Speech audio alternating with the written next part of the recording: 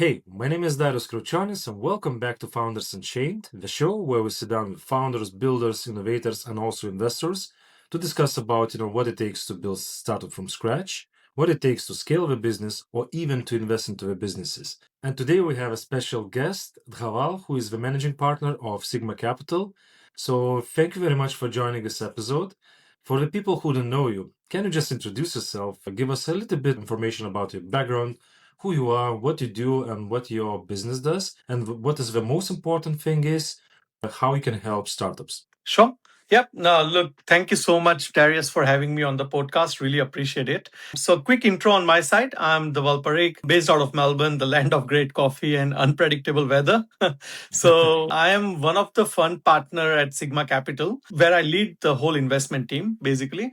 Before this, I have been with a couple of crypto ventures fund, both based out of Dubai. Have done close to 250 plus project investment throughout the venture capital tenure I had. Everything from super early bets to trading liquid tokens that kept me sort of glued to the screen. What really drives me in this space, honestly, it's the stories and the cycles, right? So crypto runs in like waves and money moves like a tide. So one year everyone is obsessed with base infrastructure, then it swings into DeFi, then gaming, and then new chains like even lately with the whole AI. Whatever the market is hungry for, right? So I love trying to read this shift early and positioning our portfolio before it becomes obvious narrative. So at Sigma, I'm the one who would be hunting down the deals, checking them out, making calls from start to finish with my associates. So, in other words, investing is in my blood. But what really fires me up is getting excited about a very fresh idea before the crowd does. And if we can find a product like that and doing it cycle after cycle. Look, I've got some fun stories from the 2020 badness, 2021 euphoria, the 2022 crash we had, and what I think we are seeing right now as well. So happy to share those. And quick disclaimer: this is not a financial advice. It's just how I think about the market. Okay, and how do you feel right now about the market? I know that Yeah. this cycle is a little bit different compared with other cycles, what was happening previously. I'm also in crypto space, I think from 2020. And I remember that was like bull run and later Yeah. on bear market. And everybody was expecting, this cycle, exactly the same like it used to be based on this geopolitical, situation right now. Everything's so changed and nobody knows what to expect. Absolutely. I mean, look, it is a little bit of a space where we are trying to actually navigate through all these different things. Like it's not no longer just structural issues. Like, if you look at the previous cycle, you would have seen all the structural issues that happen like FTX or Alameda or like, Luna or all the different crash that we have seen. We haven't seen anything like that yet in the crypto as part of this particular cycle. But the other influential things like outside factors like institutional play coming into the picture, EFTs, crypto becoming a little bit more regular market, I would say, like out there, certainly had influence as such. Still, like everyone thinks that due to the interest rate cut, or even if it is due to like all the stock markets that we are seeing at high, and then everyone is predicting that, oh, maybe this is the bottom, right? I feel like it's not. I think we still to see a bigger sort of a structural issue that hasn't happened yet. And that's where I think our even the investment strategy, even if we have to talk about that, like that's where we actually are trying to angle as such with our liquid strategies, that we want to wait it out a little, not actually have the FOMO, try and gather all the different liquid strategy OTC side of the deals which are floating around quite a bit, like and we want to go for the top 50 or 100 projects only. So where I see the current market position to be, I think it's one of those space or a bubble that a lot of leverages are happening in the market, which is going to wipe out a lot of capital as well. So it's best to actually stay out a little, try and get a better indication before jumping into it. Again, as a venture capital, we want to actually be in a longer run, so longer utility projects and a valuation matters a lot for us. So yeah. For us, like we are on a wait and watch mode for now. Okay. Okay, so what is the story of Sigma Capital? I know that you used to work for New Tribe Capital, and Yes. what was the specific thing which changed your career and why you decided to move it to Sigma Capital? Maybe you can share some hints on your, background story, how you started. Yep. Yeah, look, every venture has got a good backstory. After, if I have to just think through the journey that I have been in crypto space. So after 2022 crash, I clearly remember sitting there and thinking, okay, the tech is real. The way capital behaves in this market is not always matured. And if you have been around in crypto long enough, you know what I mean, right? During the boom, you get a lot of funds that are basically a group chat and a logo. Deal gets passed around. Everyone makes money on the way up, and then the music stops. The same people disappear, right? Who are passing around the deals. But it becomes this cycle of hype, leverage, and then pain, right? And then it hit me. The crypto world was full of these casual bro funds passing around these trendy deals, cashing on in hype during booms, but getting crushed when things got ugly. So that's when we launched Sigma with few other visionary partners. One of them is Vineet Budki. He led Cypher Capital, also one of the bigger funds in that region, and very well-known person in the Web3 space as well. And just to add a bit of a color, because everyone loves that, started in garage story. Ours wasn't. It was more few of us arguing over coffee, going, why are we still doing things it's Wild West? Can we build something that makes crypto a little bit more grown up? And that was the start. So what we all saw was a genuine gap. All the four fund partners, on one side you had serious capital of family offices or institutions, even sovereign type capital, and they all wanted exposure but couldn't handle the chaos. When we talk about crypto, we see a lot of weak reporting. There is no risk controls. There are no real liquidity planning of the projects that we have seen in the last few cycles as well. And sometimes, let's be honest, right? There's not much professionalism in this space as you would see in the Web 2. On the other side, you had a super crypto native world that moves fast, which I love, but sometimes ignore all this boring stuff that I actually mentioned, right? Which is around the structure, custody, governance, compliance. So Sigma was built to sit in that middle lane. So move like a crypto native investor, but operate like a professional asset manager. So practically that means three things for us, if I have to summarize, right? One, we want to build a portfolio for cycles. We don't want to be a forced sellers at the worst time possible, current time where we are forced to sell our liquid tokens. Second, we want to run a real process, right? When I say real process, we are a regulated fund. We have investment committee, we have risk committee discussions, legal review, proper custody. It sounds boring, but it's survival.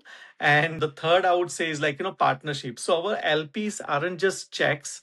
We share research, we share deal flow in a way that it feels like a proper network. So this is what the whole three pillars that the Sigma is built on. I'm just curious to understand what asset under management you already have. For the people who will be watching this episode, I think it's important also to understand some technical words like dry powder, for example, because some of the venture capitals we have like asset under management, but majority of the money is already invested.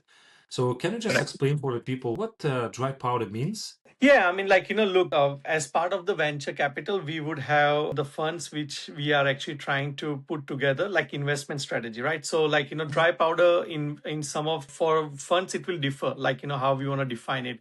For us, we have a 40% of our funds are going towards a venture capital investment, which is the primary deal. 50% is towards, as of now, in the liquid strategy, and 10% in fund of fund.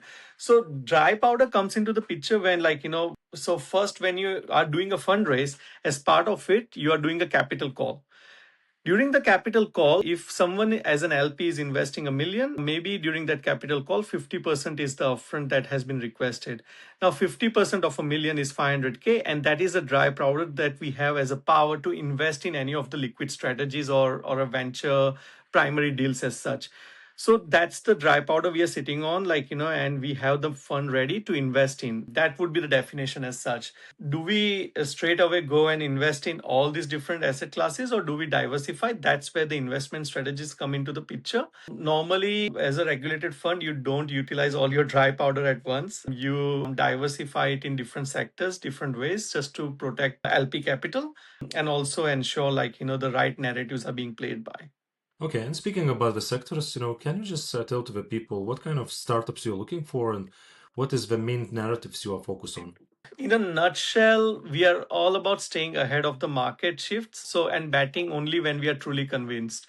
So I would say, like, we don't chase every shiny things, like, being a regulated fund. So we track where the money is heading next. So for example, we will be looking at, like, core tech builds to DeFi, or even position ourselves early, I would say, in the infrastructure and primitives that are always interesting for us. So which is like, layer one or layer two work, data availability, middleware, restaking not so much. I think, like, the shared security is actually much more of an interesting space lately I have been exploring. And then we have these core DeFi primitives, right? Like, the ones who are building credit derivatives, settlement rails where auditable model matters, right? So it's more like, we want to be ahead in the real edge. So, like, for example, these are all on the primary side I have mentioned, but it is important to talk about, like, the strategic liquid side of the deals as well. We want to have some sort of allocation, a strategic allocation, I should say, or a structured OTC deal where it makes sense, with a sensible lockups or ecosystem bets where we have a high conviction and a clear risk limit in a strategic deals. And it is super important in current market. We have got top 50 projects with a research done on revenues, like, which are the projects which are generating real revenue, and we know, like, they are not gonna die anytime soon, right? Like, is when the bear market comes. Where one of the interesting things I would like to mention that our associates were talking about earlier is, even if you look at the top, let's say, 30 or top 30 projects in the crypto space, CoinJacko ranking, only 16 of them out of that are making more than $1 million in revenue today. So it is very, very interesting where the space is, like, it just shows like it's going. $1 million is not even enough for most of the layer ones out there. Like, if you talk about Sui as well, like, it's not enough, like, to sustain and keep the lights going. So that is where having a regulated structure, it's a blessing and a constraint as well. Like, we can't actually just ape in any meme coin, but we have a IC process risk lens. And yes, sometimes that slows us down from drawing the investment. But the upside is we can work together with a more conservative capital. So this is where our investment strategy is and the narratives that we are actually looking for as well. Thank you. Thanks a lot for sharing this. What type of founders excites you the most right now? Yeah, Darius, look, I love this question. Founders that excites me are the ones that can do two things at once. The founders are the ones who would actually be able to build and sell at the once. I think not in a hype way. I mean, they can ship the product and explain it in a plain English like they are talking to a normal human.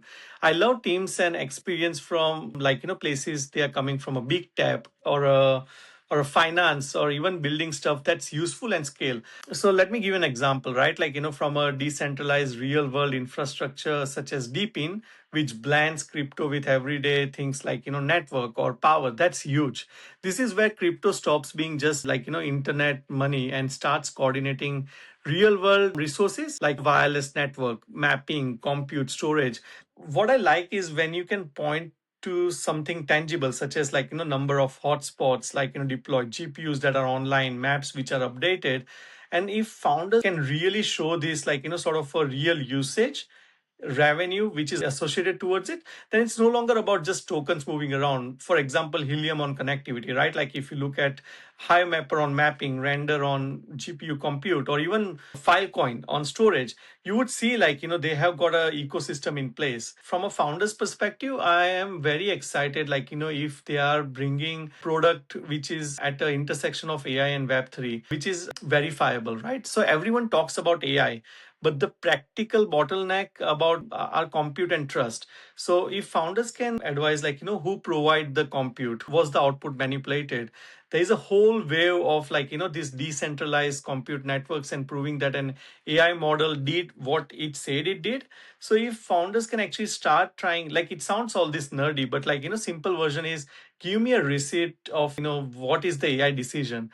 So in Web3, product is only half the battle. The other half is, how do you get into the hands of millions of users without spending the entire runway. So founders, if they can actually prove that they have a real distribution edge by having right partnership, ecosystem integrated projects building upon existing communities, those are the ones which are very interesting, and I'm keen to have a chat with them. Okay, so basically you need both sides of a story, the people who can develop, who can understand the problem, who can build the solution, and also the people who are able to sell the solution to the market, and we have clear strategy how to go to the market. Absolutely. Yep. No, you have summarized it well. I mean, like, the where the economy is real, the incentives are aligned, and the users are there because it's fun first and ownership second. Those things mixed in a product is always exciting. And with AI right now, I can see many projects, who are building very similar things. And Yeah. to me, it looks like, this is a really good piece of technology, yeah, I mean, itself. But what founders are struggling to do, basically, to show how we're going to go to the market and actually sell the solution. And founders were missing this focus from a sales Mm, point of view. And there are way too many builders, but yeah. there are really not so many who can actually sell it very well.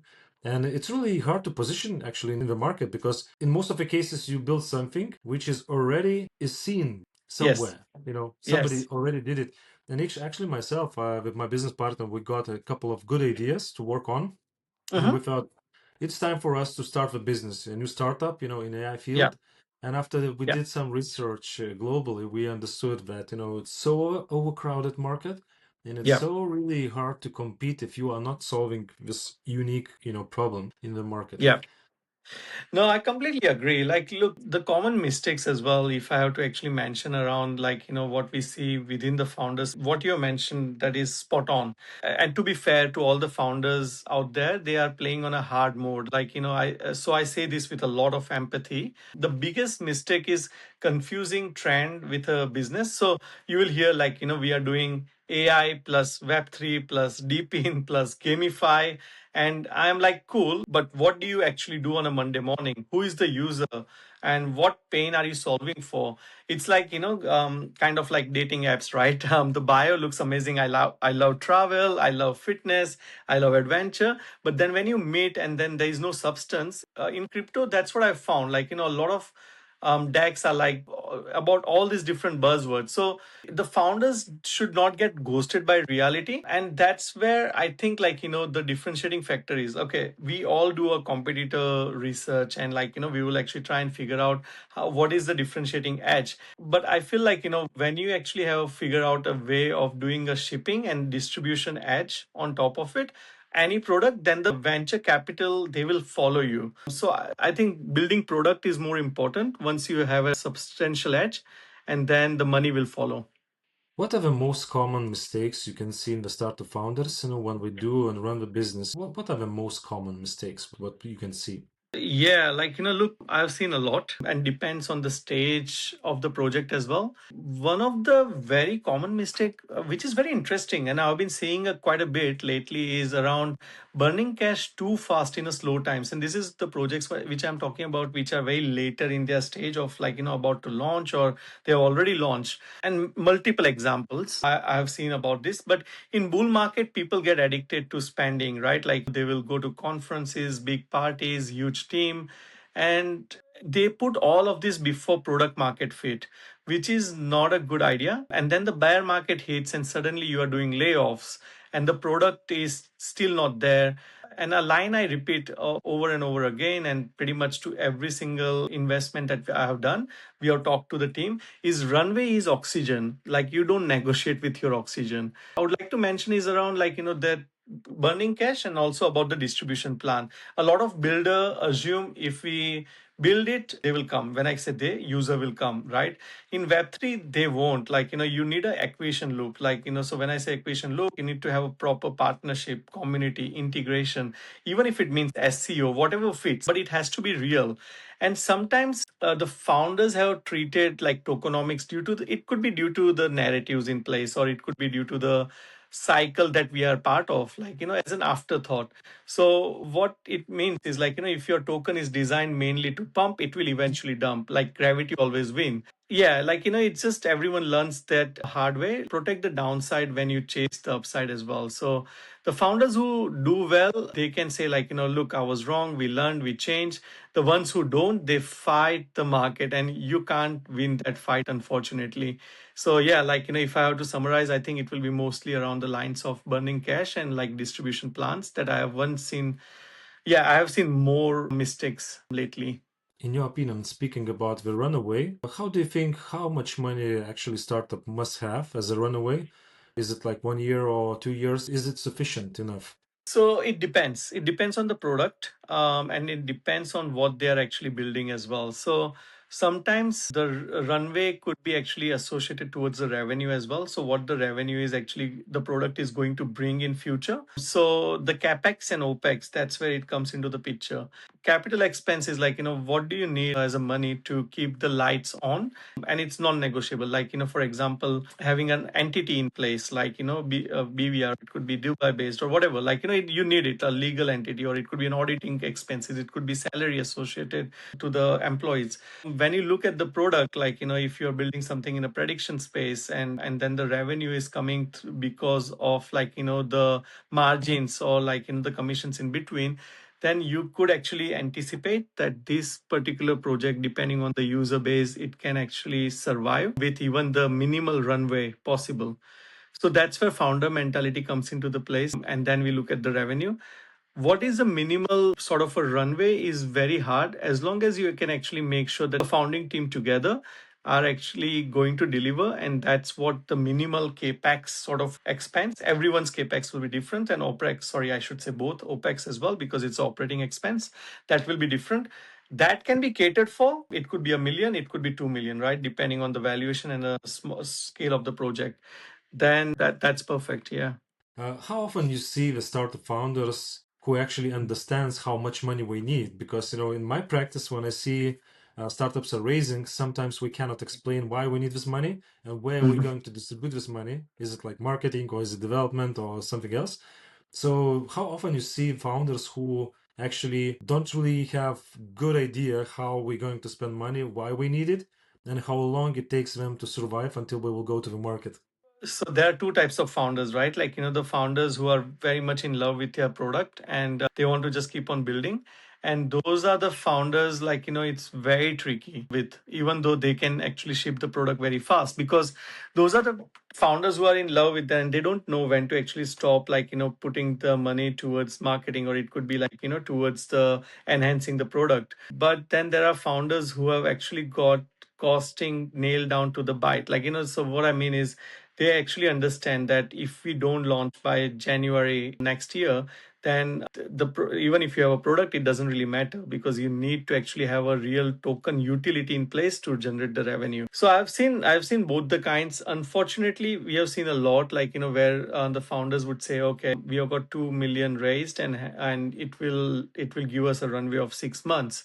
But the hard truth is, like, they will run out, the capital will run out early enough, because there are a lot of unexpected cost that will hit it in crypto. And if they are actually first time founders, they will actually burn out way too faster as well. And that's where founder experience so much matters. It's very hard to actually say, like, how much runway is enough. But at the end of the day, when they actually look at the product, what they're building with, and tie it up with the revenue, they should be able to, I mean, that's what the job of the founder is. They should be able to build a runway based on that.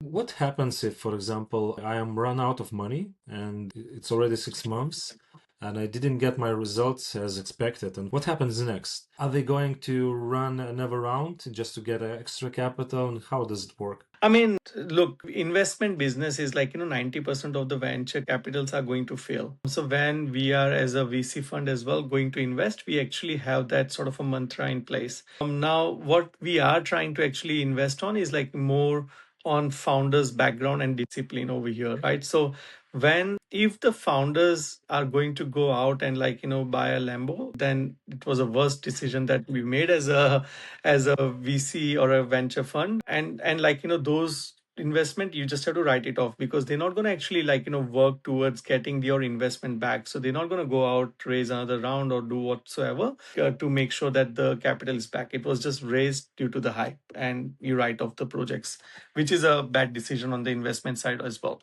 But then you have founders who are committed, and this is where it gets really interesting, right? Like, they run out of the runway, bad market. What do we do next? And, they have started, like, selling out equity as well, like, and things like that. Maybe a large percentage of their token supply to some of the accelerators founders, in the hope that they will actually get the cash. There is no wrong and right answers on that one, but most of them, I would say, like, starts dying down slowly, because when you actually don't have control of your own supply, that is where even eventually you might actually end up raising 2 million, but when they launch the project, it will dump that faster as well. The best thing to do in that sort of a scenario is to take a break, like, and understand what we can do to pivot so that you can raise the money faster. I always say, like, the smart capital or the smart money is going to actually find you rather than, like, builder going after them. Rather, like, try and understand where the narrative is actually being focused on. Don't actually go for like cold DMs. Get a warm introduction through another VC friend or whatsoever. And this is where things will start actually becoming much more interesting, because then you will start getting more ideas, more information from the VC network itself, and also from the project network, not just the VC. And then they can actually rise, and with the right partnerships in place, few of the projects have succeeded in the past. Is it happening often that founders, after raise the capital, buying some, as I said, Lamborghini? Yeah, Do yeah. you see this often or not? I mean, we have seen it. Yes, it has happened. And I won't lie, like, we made mistakes as well, especially in the 2021 euphoric time when you put money in anything and it used to just go like crazy 5x, 10x, 50x. And then you see, like, a lot of founders, yeah, like, upgrading their lifestyle. Now, I mean, nothing towards that, right? Like, if you can actually upgrade your lifestyle and also maintain the project credibility, then nothing wrong. Like, that's okay. But when you're actually utilizing the fund for the wrong reason, that's where a lot of founders have gone into trouble as well. So there are many examples of, like, the bigger VC funds getting together and like doing cases on the founder. Like, everyone using crypto as exit liquidity is not always the best idea. Yeah, like, one way or the other you will get caught off, and it's not worth taking the risk.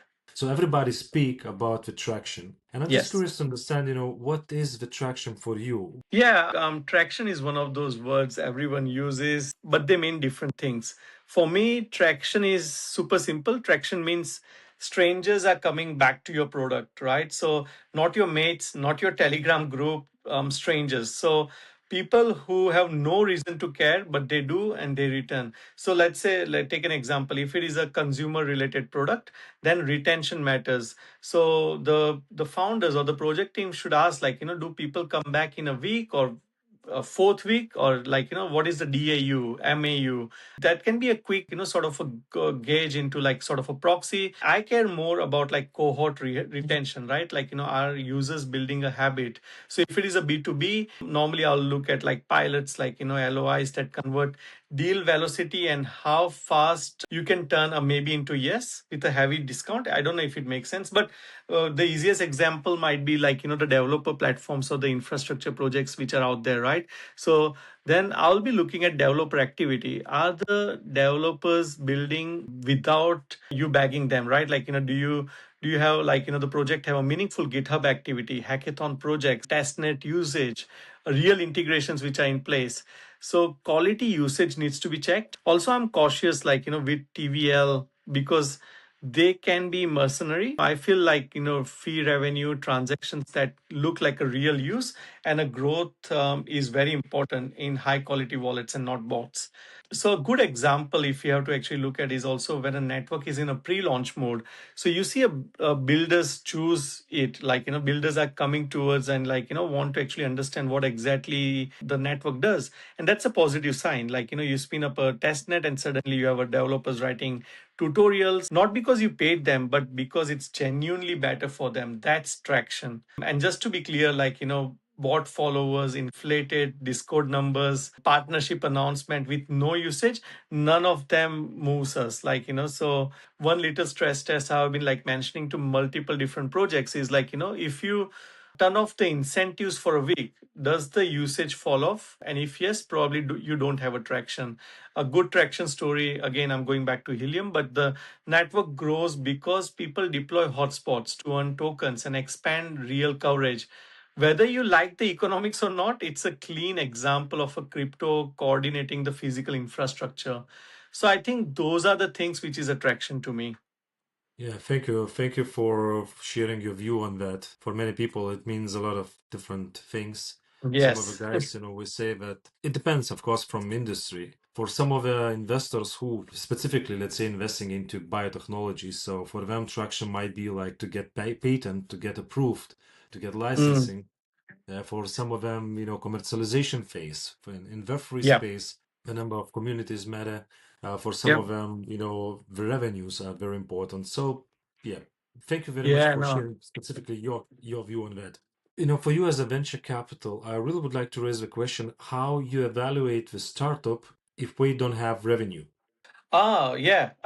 Look, no revenue early is totally normal, right? Like, so if a founder tells me we have no revenue yet, I'm like, cool. That doesn't scare me. What scares me is no evidence that revenue is even possible. So your question is quite valid, Darius. Like, how do we evaluate it? Like, number one for me is like, always will be is like team and execution speed. Have this shipped hard things before? Like, even if it is not crypto, shipping is shipping. Like, how do they move fast on their product? And to complement that, founders should also have a problem clarity and urgency. So like, just taking an example, is this a vitamin or a painkiller? Like, people like to buy painkillers, but vitamin maybe here or there, right? So if the problem is optional, revenue will be optional too. Having a good understanding of the distribution edge, which I mentioned earlier, it's huge.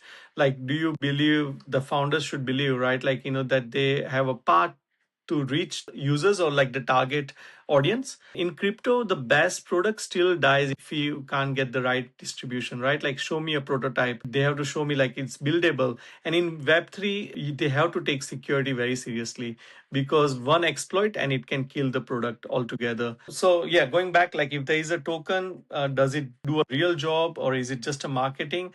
That's all it all matters, right? So revenue will come if all these missing pieces will be glued together. So lastly, I would say like, timing matters as well. So when it comes to revenue, so sometimes the world isn't ready, even if it is a good idea. Thank you, Dhaval, for joining this episode. I really appreciate this. It means a lot to me and for my audience and my community, and it's going to be very valuable. So, really, really big thanks to you. And I really wish you good luck with all the investments you're going to do in the future. Yeah, it's wishing everyone who is listening to this podcast and to you as well, like a great run ahead. I mean, it's one of the most interesting market. There are different ways of making money, but have to ensure like you stay away from leverage, keep your cash tight because there is amazing opportunities on the horizon.